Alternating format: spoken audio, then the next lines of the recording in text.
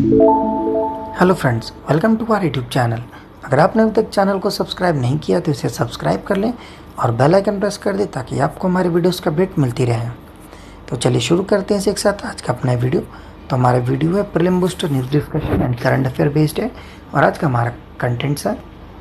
पहला है border adjustment tax, second है Lonar lake colour changes to pink, सी है मलाबार ग्लाइडिंग फ्रॉग और फोर्थ हमारा राजाप्रभा फेस्टिवल।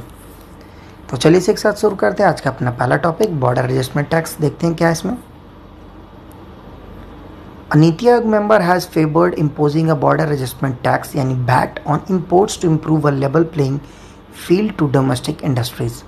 तो नीति आयोग के जो मेंबर्स हैं उन्होंने इसका पक्ष लिया है कि एक बॉर्डर एडजस्टमेंट टैक्स होना चाहिए इम्पोर्ट्स पे, ताकि एक जो हमारे डोमेस्टिक इंडस्ट्रीज़ है उनको एक बराबरी का कंपटीशन मिल सके। ऐसा ना हो कि आप टैक्स नहीं लगा रहे हो तो जो इम्पोर्ट आ रहा है बहुत सस्ता हो रहा है, तो जो आपके प्रोडक्ट है वो महंगे हो जाएंगे, इस वजह से वो बिकेंगे नहीं। तो इस तरह का कंडीशन ना क्रिएट हो, इसलिए इसका सजेशन नीति आयोग ने दिया है। अब देखते हैं इसके बारे में और क्या क्या हमारा पहले है क्या। That is a duty that is proposed to be imposed on import goods in addition to the custom levy that gets charged at a port of the entry। तो ये जो टैक्स जैसा मैंने बताया इम्पोर्ट प्रोडक्ट्स पर लगेंगे, ये ध्यान दीजिएगा कस्टम ड्यूटी लगता है उसके ऊपर, यानी कस्टम ड्यूटी भी लगेगी और उसके बाद ये भी टैक्स लिवाई करने के लिए यानी लगाने के लिए कहा गया है। और ये पोर्ट ऑफ इंटर, जहाँ से इंटर करेगा वहीं पे ये टैक्स लगेगा। सेकेंड है that is a fiscal measure that imposes a charge on good or services in accordance with the destination principle of taxation।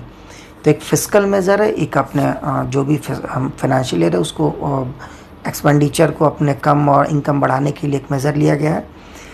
एक चार्ज लगाया गया गुड्स एंड सर्विस पे, ये तय करते हुए कि जो डेस्टिनेशन प्रिंसिपल है यानी जहाँ वो आ रहा है उस पर टैक्सेशन लगे। चलिए बढ़ते हैं अगले स्लाइड में। Generally, BAT seeks to promote equal supply of competition for foreigner and domestic companies supplying producer or services with the taxing jurisdiction। तो जैसा कि मैंने बताया पहले ही आपको मैंने बता दिया था कि इस टैक्स को लगाया जा रहा है ताकि जो डोमेस्टिक प्रोडक्ट है वो कंपटीशन उनको अच्छा मिल सके। ऐसा ना हो कि इंपोर्ट बहुत सस्ता हो जा रहा है और आपका डोमेस्टिक प्रोडक्ट बहुत महंगा हो जाएंगे तो बिकेंगे नहीं। तो वो इक्वल एक लेवल प्लेइंग हो, दोनों में इक्वल कंपटीशन हो। भाई जिसका प्रोडक्ट अब अच्छा होगा वो बिकेगा, ना कि जिसका सस्ता होगा वो बिकेगा। तो इस तरह से एक इक्वल कंपटीशन इससे मिलेगा।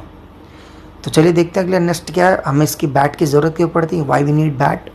The Indian industry has been complaining to the government about domestic taxes like electricity duty, duties on fuel, clean energy cess, Monday tax, royalties, biodiversity fees that get charged on domestically produced goods as these duties get embedded into product। तो इतने सारे tax हैं जो कि domestic product पर लगते हैं, जिनकी वजह से कहीं ना कहीं हमारा जो प्रोडक्ट है वो बहुत महंगा हो जाता है, इसीलिए हमारा प्रोडक्ट कंपटीशन से आउट हो जाता है।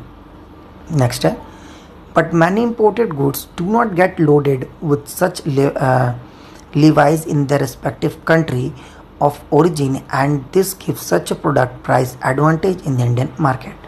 पर इतने सारे टैक्स उन प्रोडक्ट्स पर नहीं लगते जो कि दूसरे कंट्री से प्रोडक्ट प्रोड्यूस होके आ रहे हैं।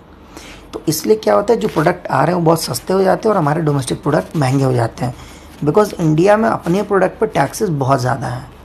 तो इससे क्या होता है, हमारी जो डोमेस्टिक फर्म है, मैन्युफैक्चरर है, उनको एक डिसएडवांटेज होता है, जिसकी वजह से इनके प्रोडक्ट महंगे होते हैं और इंपोर्ट सस्ते होने की वजह से ज़्यादा बिकते हैं। तो उस वजह से इसकी हमें ज़रूरत पड़ी है। तो इसी के साथ इस टॉपिक में इतना ही था। चलिए बढ़ते हैं अगले टॉपिक की तरफ। नेक्स्ट हमारा Lonar lake colour changes to pink, यानी जो लोनार लेक है इंडिया का the only meteoroid lake, meteor की वजह से बना था, वो पिंक टर्न हो रहा है। तो क्यों हो रहा है देखते हैं क्या है इसमें।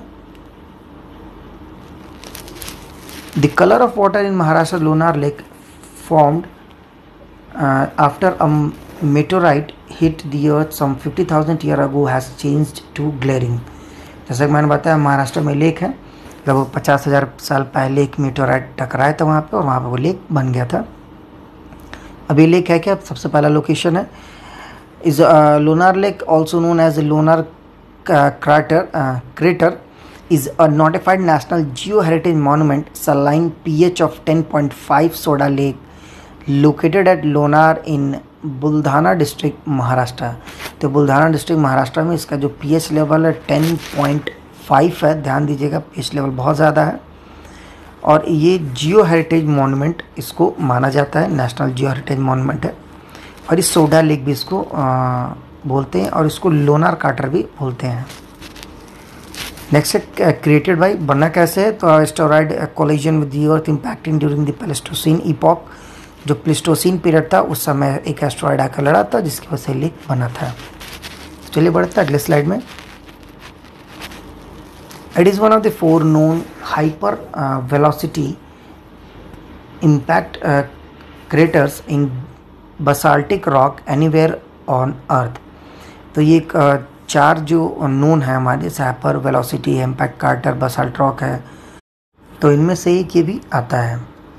नेक्स्ट है it's site inside the Deccan plateau. तो ये डेक्कन प्लेट्यू के अंदर आता है। A massive plain of volcanic basalt rock created by eruption some 65 million year अगो।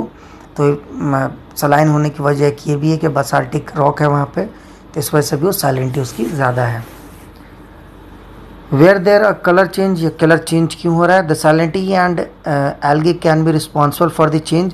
जो सैलिनिटी है वो ज़्यादा बढ़ रही है और एल्गी जो होता है, ये दोनों ही रीज़न है इस कलर को बदलने की वजह से। मतलब क्यों बदल रहा है, पिंक हो रहा है, तो इन दोनों की वजह से। There is no oxygen below 1 metre of the lake's water surface. 1 metre अंदर वाटर जो लेक है हमारा, उसके अंदर किसी प्रकार का ऑक्सीजन नहीं है। There is an example of lake in Iran where water becomes reddish due to increase in salinity. तो एक ऐसा ही लेक ईरान में भी है जिसका पानी लाल हो जाता है जैसे उसकी सैलिनिटी बढ़ती है। तो यानी कि खारापन उसका जब बढ़ता है तो वो लाल हो जाता है। तो चलिए बढ़ते हैं अगले स्लाइड में। The level of water in the Lonar lake is currently low as compare to the few past year and there is a no rain to pour wash fresh water in it. तो जो Lonar lake का हमारा पानी है वो बहुत कम हो गया कुछ साल में देखा जाए, क्योंकि वहाँ पे बारिश बहुत कम होती है। नेक्स्ट है the low level of water में lead to increase salinity and change in behaviour of algae because of atmospheric change. और इसी कम पानी होने की वजह से सैलिनिटी यानी खारापन बढ़ गया है और एल्गी की वजह से भी ये एटमॉस्फेरिक चेंज होता है और इसी वजह से इसका कलर धीरे धीरे चेंज हो रहा है। तो इस टॉपिक में देखते हैं। तो चलिए बढ़ते हैं अगले टॉपिक की तरफ। मालाबार ग्लाइडिंग फ्रॉग क्या है देखते हैं। Recently rare amphibian Malabar gliding frog Rhacophorus malabaricus, जो इसका साइंटिफिक नेम है, वॉज स्पॉटेड इन पोलार्ड केरला। तो इसको पोलार्ड केरला में एक नए तरीके का एम्फीबियन यानी कि फ्रॉग मेंढक पाया गया है मालाबार रीजन में, केरला के पास। अब यह है क्या? तो साइंटिफिक नेम इसका, जैसा कि मैंने बता दिया था कि रैकोपोरस मालाब्रैकस इसका नाम है scientific name. It is endemic to the rain forest of western Ghat. Western Ghat के रेन फॉरेस्ट में ही पाए जाते हैं, ये यहीं के हैं, कहने का मतलब एंडेमिक है। फीचर्स क्या है? It is a green frog with slender body, webbed feet, unusual body position, very well camouflaged and gliding in the air. तो ये ग्रीन कलर का फ्रॉग है, स्लेंडर बॉडी है इसकी, एकदम लंबी सी है, वेब्ड फीट हैं इनके, थोड़े थोड़े चौड़े से हैं। जो बॉडी का पोजीशन है वो अनयूजुअल है, ज़रूरी नहीं कि एक शेप में अलग अलग भी हो रहा है धीरे धीरे।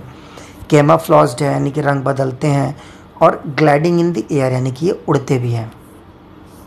चलिए बढ़ते हैं नेक्स्ट स्लाइड में। नेक्स्ट है males are smaller than female. इसमें जो मेल मेंढक होते हैं वो फीमेल से थोड़े छोटे होते हैं।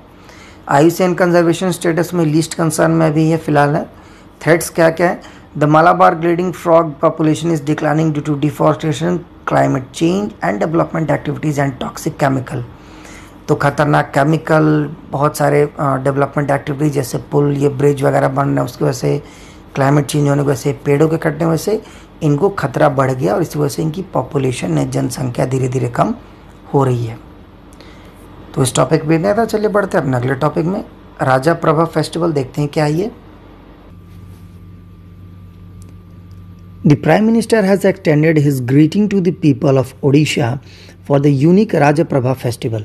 तो जो प्राइम मिनिस्टर हमारे उन्होंने अपना ग्रीटिंग भेजा है, अपना संदेश भेजा है उड़ीसा के लोगों के लिए, जहाँ ये राजप्रभा फेस्टिवल मनाया जाता है। अब ये है क्या, देखते हैं। तो इसे मनाया क्यों जाता है? सबसे पहले Raja Parba is Odisha's 3D unique festival celebrating the onset of monsoon and the earth's womanhood. तो राजप्रभा जो फेस्टिवल है उड़ीसा में 3 दिवसीय एक फेस्टिवल है, जिसको जब मानसून आता है तब मनाया जाता है, ताकि जो हमारी जो धरती माँ है उसको एक हम थैंक यू, एक तरीके का अपना ग्रीटिंग उनको दे सके। नेक्स्ट है, it is believe that the during this time the mother earth और भूदेवी अंडरगोज मेंसुरेशन। ऐसा माना जाता है कि उनका मेंसुरेशन, जो हमारी धरती माता है वो मेंसुरेशन पीरियड में चली जाती है। चलिए बढ़ते हैं अगले स्लाइड में। नेक्स्ट है हमारा हाउ इज इट सेलिब्रेटेड। तो ये सेलिब्रेट किया कैसे जाता है? पहला है, as a mark of respect towards the earth during her menstruation days, agriculture work like ploughing sowing are suspended for 3 days। जैसे जुताई बुआई ये सब 3 दिन के लिए बंद कर दी जाती है। As it is celebrated of womanhood, a lot of the focus is on young women who wear new clothes, wear a new clothes, apply alta on their feet and enjoy folk song while swing or on decorated rope swings। तो चूंकि ये womanhood यानी कि जो एक women's को dedicated है, तो इसलिए जो छोटी छोटी बच्चियाँ होती हैं, यंग वुमेन्स होती हैं, वो नए कपड़े पहनती हैं, पैरों में अलता लगाती हैं और अपने वहाँ के फोक्स यानी लोकल जो सॉन्ग होते हैं वो गाती हैं। नेक्स्ट है, व्हेन इट इज सेलिब्रेटेड, कब इसको मनाया जाता है? Raja Sankranti is the first day of the Ashadha month. It is celebrated on the day prior to the Sankranti, यानी पहली Raja, the day of Sankranti and the day after known as Bhudaha and और बस्सी राजा। तो जो राजा संक्रांति है, जो कि पहला आषाढ़ का महीना होता है, तो उस समय इसको मनाया जाता है। जस्ट संक्रांति से थोड़ा पहले जो उसके बाद वाला होता है उसको भूदाहा या बस्सी राजा, यानी जो संक्रांति के बाद वाला दिन होता है उसको भूदाहा या बस्सी राजा बोलते हैं। तो इसी के साथ आज का हमारा वीडियो समाप्त होता है। जाने से पहले अगर आपको हमारा वीडियो अच्छा लगा हो तो इसे लाइक करें, शेयर करें और हमारे चैनल को जरूर सब्सक्राइब करें। साथ ही आप हमें नीचे कमेंट बॉक्स में अपने सजेशंस दे सकते हैं। तब तक के लिए मिलते हैं आपसे अगले वीडियो में। Thank you for watching and bye bye.